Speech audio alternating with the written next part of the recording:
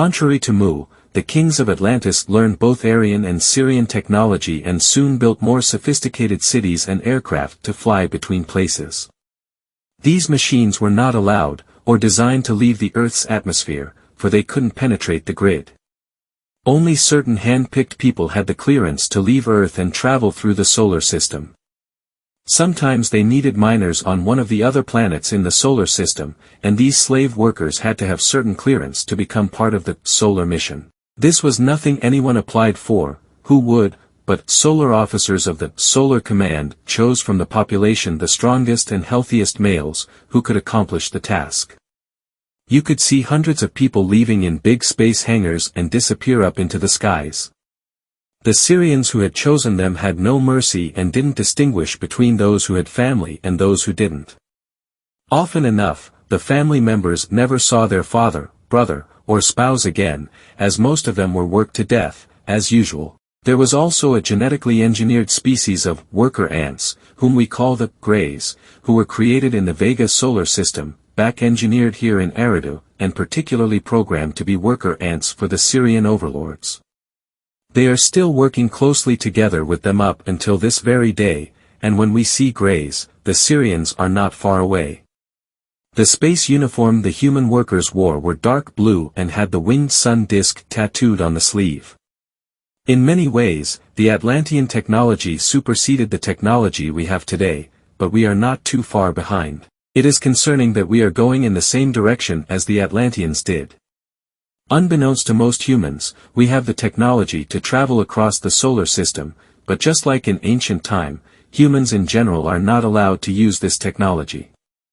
Again, only hand-picked elite are allowed to penetrate the grid, but together with Syrians only. The Atlantean computer systems were in certain terms more sophisticated than ours today, but just like us, they were using crystals to store computer memory. We used quartz crystal to store computer memory back in the 1940s, but the Atlanteans had a more brilliant system when using crystals. They had the ability to tune into the resonance of Earth's natural crystal forests, deep down under the surface of the planet, and could thus store as much memory as they wanted. The difference between then and now is that in Atlantis, only a chosen few had access to the computer network. Computers were not for everyday man. Just like in Mu, the shamanic priestesses could communicate with the animals and spent a lot of time especially with dolphins and whales. These highly intelligent animals were more than eager to help humans with whatever they needed, and they were often used both as couriers of physical material between land and those who lived under the surface of the ocean, but also for special telepathic messages. The shamans and many people of fire had developed telepathic and remote viewing abilities, and were using those to help people. The predecessors of the modern tarot cards were used to make things look more sophisticated, the same thing with the crystal ball.